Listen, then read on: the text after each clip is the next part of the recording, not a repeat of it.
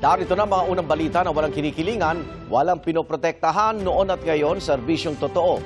Hatid ng GMA News.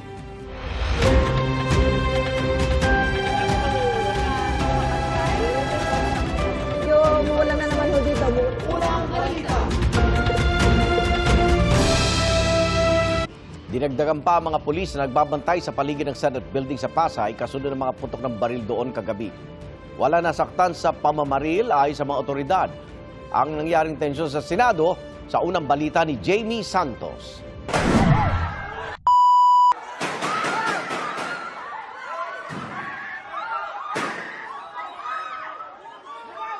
Bago mag-alas 8 ng gabi, narinig ang mga putok ng baril sa ikalawang palapag sa loob ng Senado.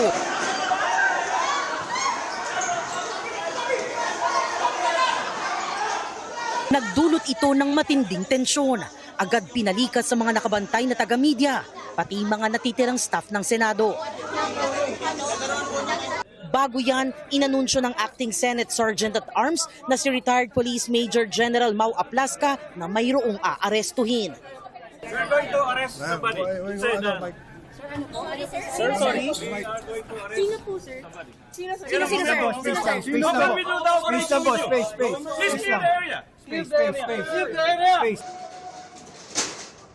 Mula sa umiiral na elevated alert level, inilockdown ang gusali ng Senado. Lalo pang hinigpitan ng seguridad at nag-abiso ang USAA o Office of the Senate Sergeant at Arms na lumabas na ang mga gustong lumabas. Saka isinara ang roll-up door o mga daanan papasok at palabas ng gusali. Kasunod niyan, namataang naka-full battle gear at nagsuot ng bulletproof vest ang mga taga-USAA. Dumating din ang mga naka-uniforming sundalo. Tinanong si Aplasca kung sino ang aarestuhin, pero hindi siya agad nagbigay ng detalye. Namataan din si Senador Ronald Bato de la Rosa na sumakay sa elevator kasama ang kanyang staff. Bumaba siya muli sa opisina ni Senate President Alar Peter Cayetano. Maya-maya pa, narinig ang tunog ng grinder o tila may nagbabarena sa labas ng isang pinto ng gusali na nasa side ng tanggapan ng GSIS. Ayon sa impormasyong nakuha mula sa USAA, may mga nagtatangka umanong makapasok sa Senado. Sa kanyang live stream, kinumpirma ni Cayetano na nagkaroon ng putukan pero hindi malinaw kung sino ang mga nagpaputok. I'm in the Senate with the other senators. We're having a caucus. Nabalitaan po namin na allegedly may mga taga-NBI na gustong pumasok. We nakita na nagbabarena ng pinto galing ng walls galing dun sa GSIS side. So we have our security here. Papasalamat kami sa PNP, outside and inside meron. Nandito ang Marines, but ito po ang emergency. Nagkaputukan na po. May report ako from the Sergeant at Arms, so the NBI is denying na tao nila, pero nagkaputukan na. So we don't know what's happening. Everyone's locked in their rooms now. We cannot go out. We cannot secure our other staff. So again, no, kung sino nakikinig from the government, this is the Senate of the Philippines. We are allegedly under attack. Pinuna naman ng magkapatid na Cayetano ang naging tugon umano ni NBI Director Melvin Matibag nang tawagan siya ni na Senador Pia Cayetano at Loren Legarda kaugnay sa putukang nangyari sa loob ng Senado. Si Senator Loren at si Senator Pia finally got in touch with the NBI Director. So they're here in the room. We have to turn off the lights dahil may putukan na nangyayari. Si Senator Pia and si Senator Loren called the NBI Director. He said wala daw sila dito dahil pinaalis daw nila dito. So he said, please find out what's happening kasi nagpuputukan. When Senator Loren was talking to him very calmly, I said, what are you gonna do about this? Pinuputukan kami dito. Tapos sabi niya, hindi kami makalapit, pinalis niyo kami dyan. Sabi ko, well then do your job, make us safe, this is not good. Ma'am, huwag mo ako sigawan. Yun lang ang masasabi mo sa akin. Pinuputukan kami, sasabihin mo sa akin, huwag kitang sigawan. Sumisigaw ako dahil mataas ang emotion. So, Naglabas din ng kani-kanilang post ang iba pang senador tungkol sa sitwasyon sa Senado. Sa isang post sa kanyang social media account, sinabi ni Senador Tito Soto na nadismaya siya sa mga pulis at security personnel na nakatalaga sa labas ng Senado dahil bigo umano silang kontrolin ang gulo ng mga taong nasa labas. Siya raw ay sinalakay ng mga tao kahit nasa loob na ng kanyang sasakyan at palabas na dapat ng Senate compound. Kinalampag daw ng mga nagpoprotesta ang kanyang sasakyan, pinagbabato ng bote at pinagmumura. Kahit pa raw nakita nilang mag-isa lang siya at walang kasamang bodyguard. Hindi tama itong nangyayari kung nais nilang nakipin si Senator Bato, hindi nila dapat ipinsala ang institusyon ng Senado, ang building ng Senado at ang mga senador.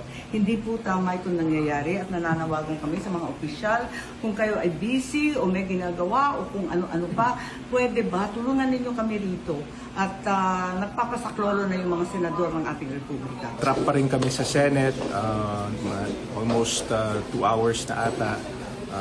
Tumigil na yung gunfire pero lakas ng putukan sa loob at nag-blackout kami. Dito pa kami kasama lahat ng senador, pati yung kapatid ko si Camille. So we're safe and please pray for us. Pasado alas 8 ng gabi nang dumating si Interior Secretary John Vic Remulla. Nandito na po si Secretary John Vic Remulla para maimbestigahan kaagad kung ano yung totoong nangyari. Kalma lang po kayo. Tayo natin kung ano talaga yung nangyari. Sa mga kababayan natin nakikinig, huwag muna kayong masyadong mabahala. To secure the senators, that is my #1 priority. I will not arrest Senator Bato. Ito ang unang balita. Jamie Santos, GMA News. Patuloy ang kilos protesta ng grupo na nagpalipas sa magdamag sa labas ng Senado. Bantay sarado pa rin ng mga pulis ang loob at labas ng gusali. Live mula sa Pasay, may unang balita si EJ Gomez. EJ.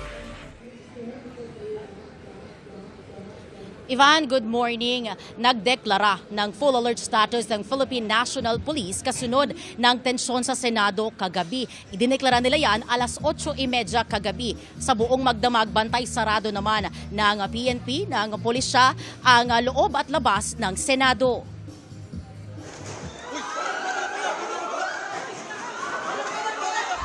Kasunod ng mga putok ng baril sa loob ng Senado kagabi,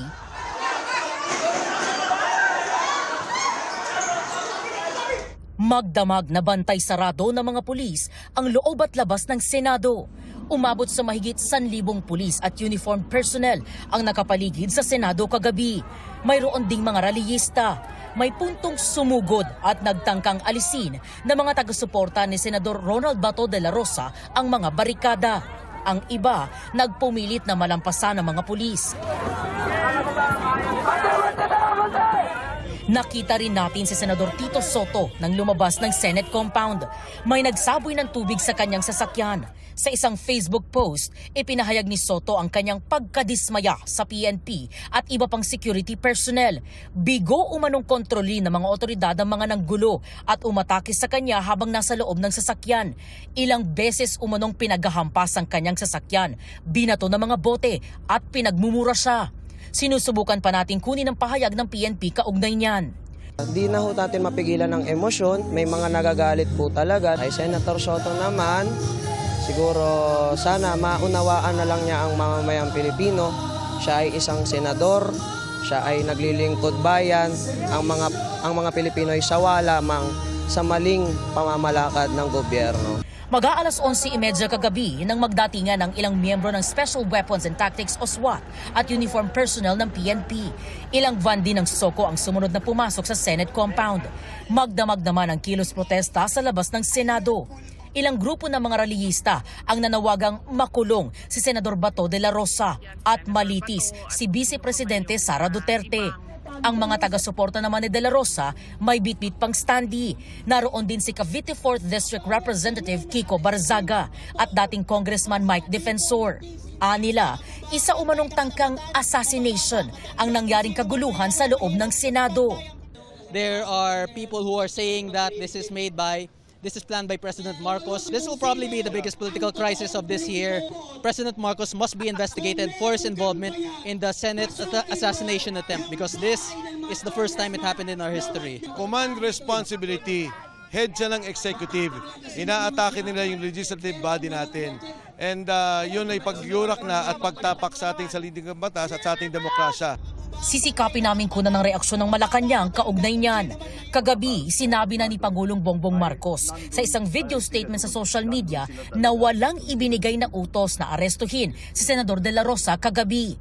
Pinaiimbestigahan na niya ang nangyaring gulo sa Senado. Wala pong instruction kahit na kanino na hulihin si Senator Bato. At ang nangyari, ang NBI, sinabihan ko nung lumabas yung resolution ng Supreme Court, mga alas 4 yung kaninang hapon, ay sinabi ko, umalis na kayo dyan. Nag-comply naman sila. And we will get to the bottom of this. Alamin natin kung sino ang gumawa nitong gulo na ito. Mag-iimbestiga rin daw ang PNP at Senado sa insidente.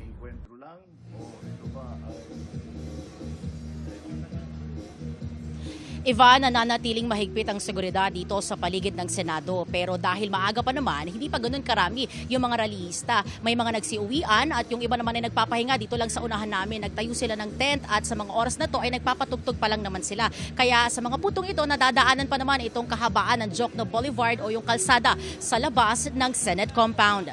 Yan muna ang latest mula po dito sa Pasay City. EJ Gomez, GMA News. Walang inilabas na Temporary Restraining Order TRO ang Korte Suprema sa arrest warrant ng International Criminal Court para kay Senador Ronald Bato de la Rosa. Sa halip, pinagkokomento ng Korte Suprema ang gobyerno sa loob ng 72 oras. Kaugnay sa mosyon ni de la Rosa na kumukwestiyon sa warrant of arrest. Binigyan din ni de la Rosa na 72 oras para naman magkomento sa magiging sagot ng gobyerno. Ipinaaresto ng ICC si De La Rosa kaugnay sa mga pagpatay nung siya'y PNP chief mula July 2016 hanggang April 2018. Sabi ni De La Rosa na ngayon nasa protective custody ng Senado, susunod lang siya sa korte sa Pilipinas. Gagawin din daw niya ang lahat ng posibleng legal na hakbang para hindi siya madala sa The Hague, Netherlands. With the present government, saan ka mapapunta niyan after proper authorities? Di ba? With the present government. Yung kay President Duterte nga, hindi nga dumaan ng proper authorities. Diretso sa ICC. Magkaroon pa ng mga ibang option available. Self-preservation, always. Magandang umaga po mga kapuso. Nandito pong muli tayo ngayon sa Senado matapos nga yung matinding tensyon na nangyari dito kagabi. Matapos ng lahat-lahat kahapon, nandito pa po tayo, nag-interview pa tayo kay Senador Bato de la Rosa. Pero pagdating ng gabi ay nagkaroon ng mga putok, sunod-sunod na putok dito po sa loob ng Senate halls. At base sa initial information na nakuha po natin, 15 shots were fired.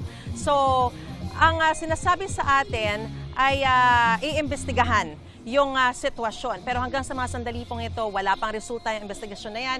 Makikita po natin na napakahigpit pa rin po ng seguridad na pinatutupad dito sa Senado, dito sa main compound ng Senado. Ito pong gate ay talagang hindi open, talagang binubuksan ng basta-basta at may mga barbed wire pa po.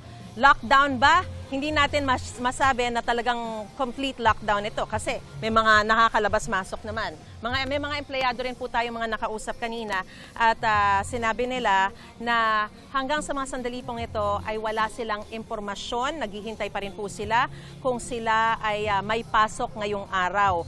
Dahil posible nga po na dahil sa gagawing investigasyon ay maantala yung kanilang mga trabaho. So hinihintay din nila yung abiso kung may pasok. So sa ngayon, walang impormasyon from OSAA. Sinusubukan po nating tawagan si General Aplasca na siyang pinuno po ng Office of Senate Sergeant at Arms. Pero hanggang sa mga sandali pong ito ay wala pa po siyang pagsagot dito sa ating mga tawag. Very limited pa yung information na nakukuha natin sa mga sandaling ito. Pero kagabi nakita natin na yung mga nanatiling senador sa loob na siyang dahilan kung bakit pumunta dito sina Secretary John Vic Remulla dahil para i-secure daw yung area, i-secure yung mga senador na nasa loob ay nagsiuwian na. Although sinabi rin po kagabi sa press ko ni Senator Alan Peter Cayetano, ni Senate President Alan Peter Cayetano, na ready siyang mag-overnight. Pero kung talaga nga bang nag-overnight siya, wala pa rin tayong impormasyon dahil sinusubukan din po natin siyang tawagan. Halos lahat ng mga senador tinawagan natin pero wala pong sumasagot sa atin hanggang sa mga sandaling ito kahit na 6:38 na po ng umaga. At ang assurance ng ni Secretary John Vic Remulla, walang pag-arestong magaganap, hindi nila arestuhin si Senador Bato de la Rosa. Ang sinabi nila, as of last night, nandyan sa loob ng Senado si Senador Bato de la Rosa, pero hindi natin masasabi yan. No? Pero sa ngayon, sinecure nila yung CCTV para maimbestigahan yung putukan. Dahil ang sinasabi ni Secretary John Vic, mukhang nagsimula daw yung pagputok, parang warning shot from OSAA. Dahil merong mga nanggagaling na tunog mula dun sa GSIS. Just to give you a context, magkadikit yung Senate building and GSIS kasi pag-aari ng GSIS tong Senate, nag-aarkila lang sila sa GSIS. So meron pong area doon, kung mag-forcible entry ang NBI, ay doon po sila dadaan. At kinundin na rin po ng ilang mga senador gaya ni Senator Joel Villanueva, Senator Mig Zubiri, ang insidenteng nangyari kagabi. Kanina, binalita na rin po natin na sinabi ni Senator Amy na meron na raw arestado na mula sa NBI Transnational Crime. Although sinasabi ni Director Matibag from NBI na hindi daw silang nandun, pero may kumanta na raw. Lahat yan malalaman sa mga resulta ng investigasyon. At madagdag ko lang po na si Attorney Jimmy Bondoc, na isa sa mga abogado ni Senador Bato de la Rosa, ay nagsabi na magpa-file daw sila ng motion again for temporary restraining order. Dahil nga po sa supervening events na nangyari kagabi, yung putukan, na pwede nilang hilingin muli sa Korte Suprema na ipagkaloob na yung TRO sa kanila dahil nga po sa threat to life and liberty nitong si Senador Bato de la Rosa. Sumasandali pong ito, makikita natin dito sa kalsadang ito, papunta dito sa Senate, ay napakarami pong mga pulis dito sa buong perimeter na to. May mga truck-truck pa ng mga pulis na nag-aabang, naghihintay. At dito naman po ay nakaabang din yung mga supporters ni Senador Bato de la Rosa. So, kagabi meron na rin pong mga Explosive Ordnance Division, mga taga-investigador from Pasay Police and forensic team, mga taga-SOCO na siyang nagsasagawa ng investigation dito kung saan sinamahan nila si Senador Bato de la Rosa para inspeksyonin yung mga lugar kung saan nagkaroon nga ng tama ng bala ng baril. So, yan muna ang sitwasyon mula pa rin dito sa Senado. Patuloy tayo mag-aantabay dito, no? Para malaman kung meron bang maibibigay sa atin na information after what happened last night. Yan muna ang latest sa sitwasyon. Balik muna sa studio.